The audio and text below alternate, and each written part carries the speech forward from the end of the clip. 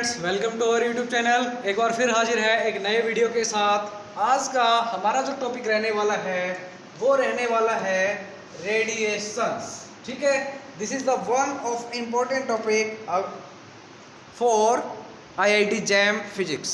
Okay, तो ये जो टॉपिक है ये IIT jam physics point of view से हमारे पास बहुत ही इम्पोर्टेंट टॉपिक रहने वाला है।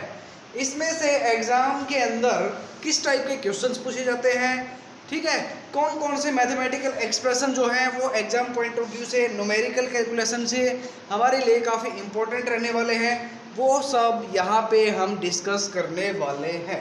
ओके, सबसे पहला जो हमारे पास आता है वो आता है कि इलेक्ट्रिक फील्ड जो है वो इलेक्ट्रोमैग्नेटिक रेडिएशन जो चल रही है उसके अंदर इलेक्ट्रिक फील्ड आर पे किस तरह से डिपेंड करता है। तो यहाँ पे याद रख लेना, जो इलेक्ट्रिक फील्ड जो होगा वो आर के इनवर्सली प्रोपोर्शनल होगा। किस तरह से डिपेंड करता है? E is inversely proportional to R. Okay, next आता है मैग्नेटिक फील्ड आर के ऊपर किस तरह से डिपेंड करता है। आर पे मैग्नेटिक फील्ड बी किस तरह से डिपेंड करता है। तो क्या रहेगा यहाँ से? मैग्नेटिक फील्ड बी आर के इनवर्सली प्रोपोर्शनल रहेगा। ओके, नेक्स्ट आती है टर्म एस हमारे पास। ठीक है, पॉइंटिंग वेक्टर एस जो है वो आर पे किस तरह से डिपेंड करेगा। तो हमें पता है एस क्या होता है, ई क्रॉस एच, या हम इसको लिख सकते हैं, सॉरी क्या होता है ये, ई क्रॉस एच, ई क्रॉस एच, या हम लिख सकते हैं ई क्रॉस बी बाई म्यू। तो जो हमारे पास ई जो है वो आर के इनवर्सली प्रोपोर्शनल है और बी भी इनवर्सली प्रोपोर्शनल है, तो यहाँ से एस क्या हो जाएगा, आर स्क्वायर का इनवर्सली प्रोपोर्शनल हो जाएगा। ठीक है, okay, power does not depend upon area, ये आप नोट करके लिख लीजिए कि पावर जो है, जो इलेक्ट्रोमैग्नेटिक वेव प्रोपोगेट कर रही है उसकी जो पावर है वो does not depend on area.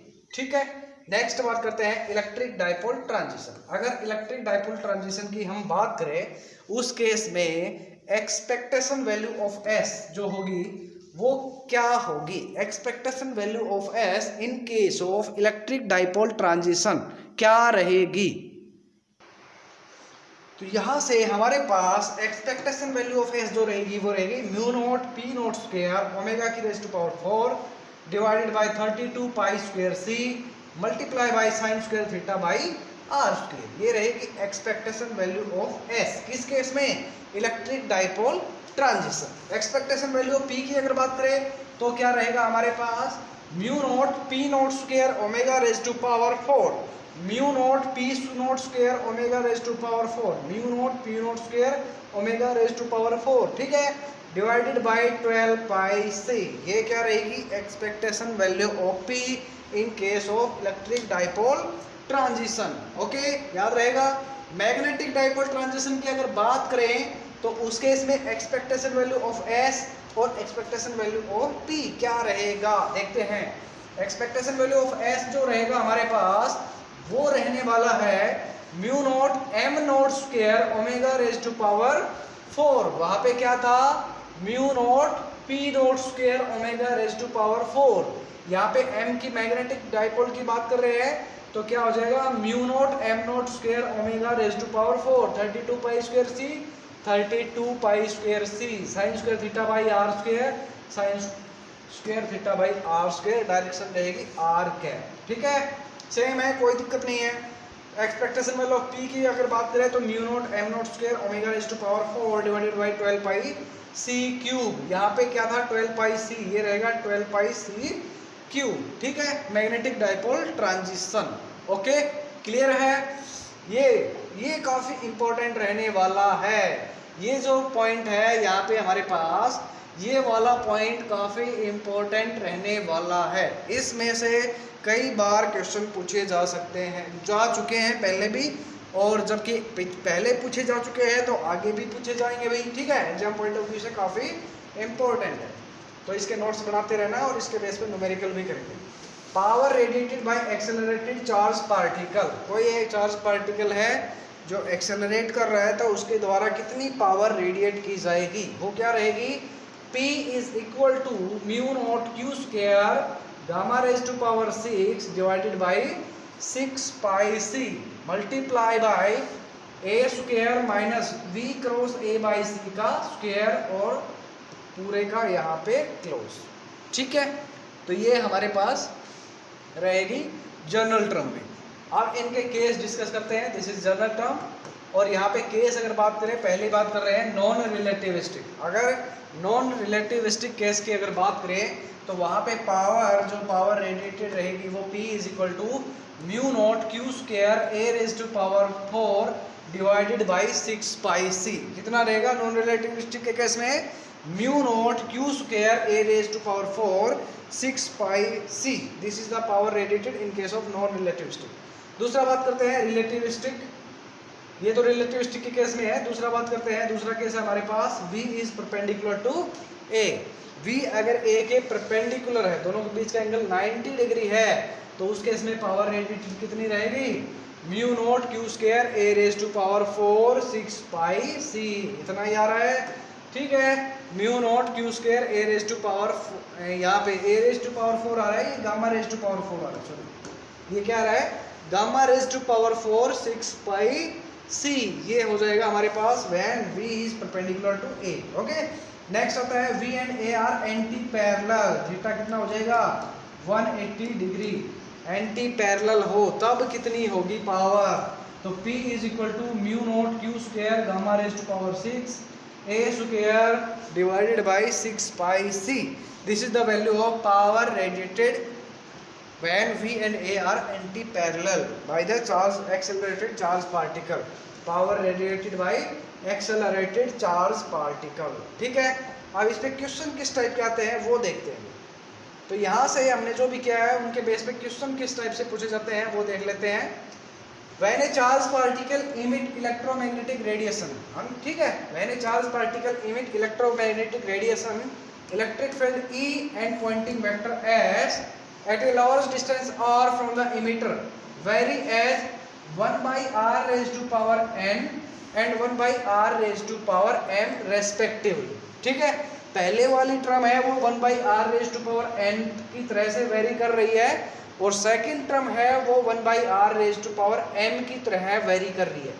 तो इलेक्ट्रिक फील्ड जो है वो प्रोपोर्शन है 1 by r raised to power n, और दूसरा है Poynting vector S, this is proportional to 1 by r raise to power m। ठीक है, then find the value of n and m। n और m की करेक्ट चॉइस हमें बतानी है। n और m कितना रहेगा ये बताना है। ऑप्शन हमारे पास गिवन है, देख लेते हैं। अभी हमने किया था कि जो इलेक्ट्रिक फील्ड है वो प्रोपोर्शनल होगा 1 by r के। इलेक्ट्रिक फील्ड किसके प्रोपोर्शनल होगा, 1 by r के। मैग्नेटिक फील्ड B प्रोपोर्शनल होगा 1 by r के। तो 1 by r raise to power n, तो n की वैल्यू कितनी आ गई, n इज इक्वल टू 1। यहाँ से n की वैल्यू क्या आ गई, n is equal to 1। n की वैल्यू आ गई हमारे पास 1।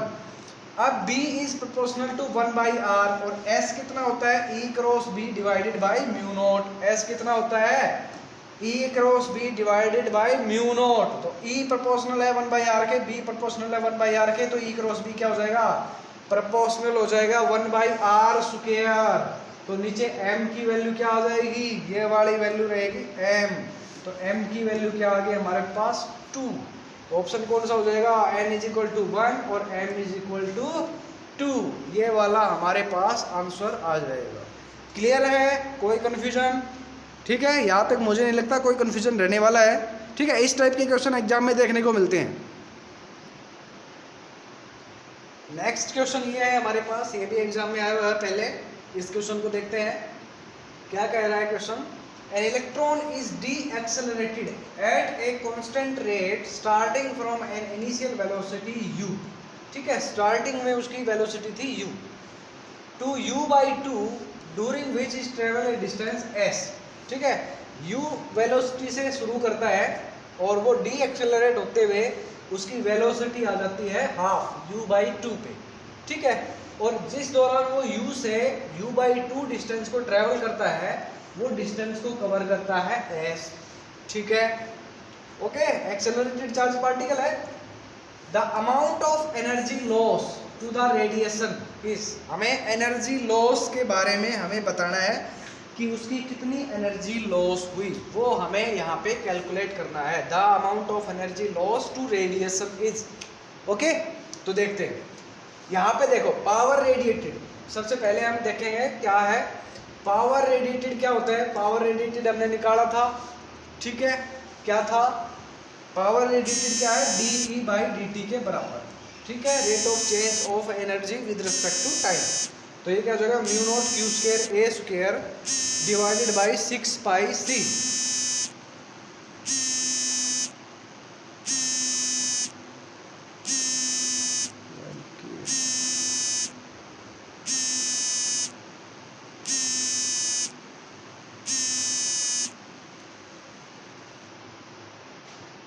ठीक है, ये हो गया हमारे पास mu naught Q square A square divided by 6 pi C. इसका इंटीग्रेशन कर देंगे विद रिस्पेक्ट टू टाइम, तो ये हो जाएगा E is equal to mu naught Q square A square by 6 pi C multiply by time. अब t आ गया हमारे पास, अब t की वैल्यू निकालेंगे। t की वैल्यू क्या से निकालेंगे, 11th स्टैंडर्ड के अंदर हमने पढ़ी थी क्वेश्चन कि v is equal to u plus a t. तो v क्या है यहाँ पे फाइनल वेलोसिटी, u क्या है इनिशियल वेलोसिटी। तो फाइनल वेलोसिटी पहले तो चला था u से, फाइनल पहुंच गया u/2, तो यहाँ पे पुट कर देंगे u/2 that is equal to t की वैल्यू हमारे पास आ जाएगी, t इज इक्वल टू क्या आ जाएगा यहाँ से हमारे पास, t इज इक्वल टू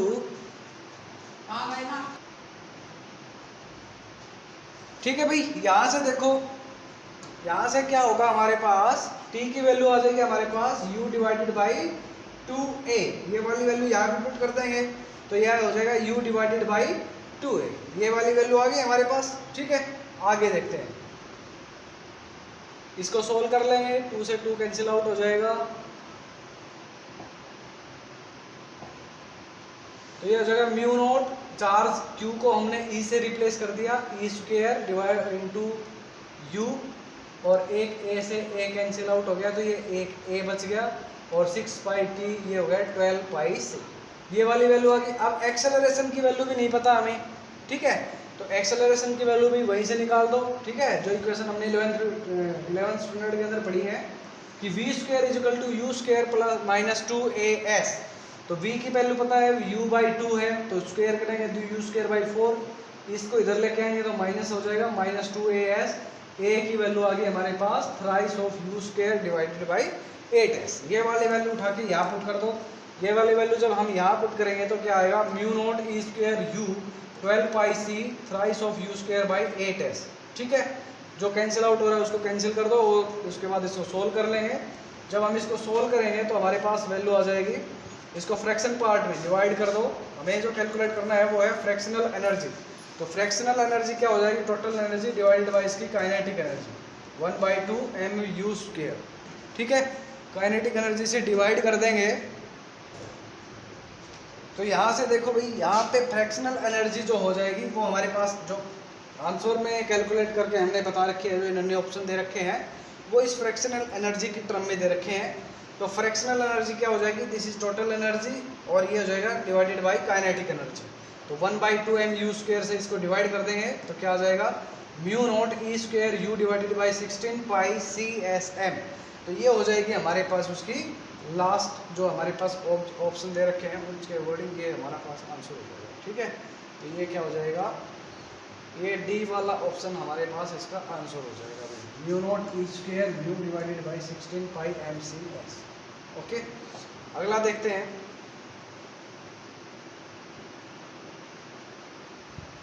अगला जो क्वेश्चन है हमारे पास, देखो ये वाला क्वेश्चन है नेक्स्ट, और ये लास्ट क्वेश्चन है यहाँ पे। A non relativistic particle of mass m, charge e, moving with A velocity v, मास ये है, चार्ज ये है, वेलोसिटी v है, and acceleration a, emit radiation of intensity I. What is the intensity of radiation emitted by the particle of mass m/2, charge 2e and acceleration 2a, ठीक है। मास m पहले था, m था, अब हो गया m/2, चार्ज पहले e था, बाद में हो गया ट्वाइस ऑफ e, एक्सेलरेशन उसका पहले a था, अब होगा ट्वाइस ऑफ a। ठीक है, तो हमें कैलकुलेट करना है कि पहले अगर इंटेंसिटी I थी तो अब बाद में उसकी इंटेंसिटी क्या हो जाएगी। ठीक है, अब देखो इंटेंसिटी क्या था, इंटेंसिटी क्या था, expectation value of s, intensity यही तो थी।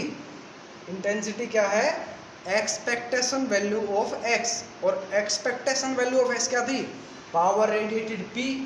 तो p इंटेंसिटी I की वैल्यू क्या हो जाएगी, म्यू नॉट q स्क्वायर ना q square a square sine square theta by r square. Intensity किसके प्रोपोर्शनल हो जाएगी, q square a square sine square theta by r square. यही टर्म क्यों ली हमने, बाकी की कुछ टर्म और थी वो छोड़ दी, क्यों, क्योंकि हमें सिर्फ देखना है कि वो m पे किस तरह से डिपेंड कर रहा है। ठीक है, मास कितना हो गया उसका, m/2 हो गया ना।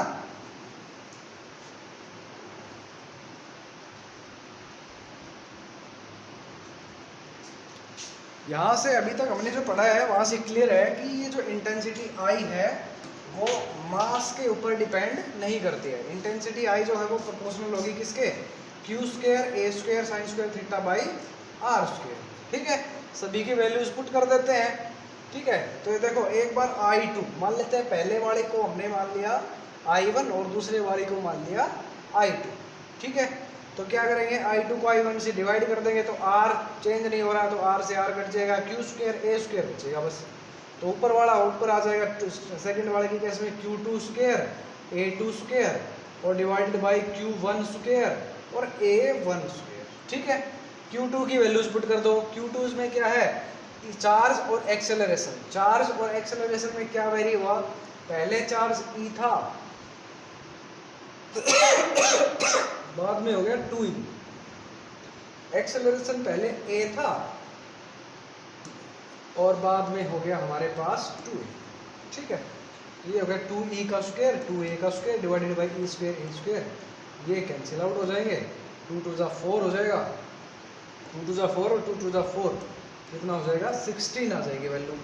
तो क्या हो जाएगा, I2 divided by I1 that is equal to 16। तो I2 क्या हो जाएगा, 16 टाइम ऑफ I1। ओके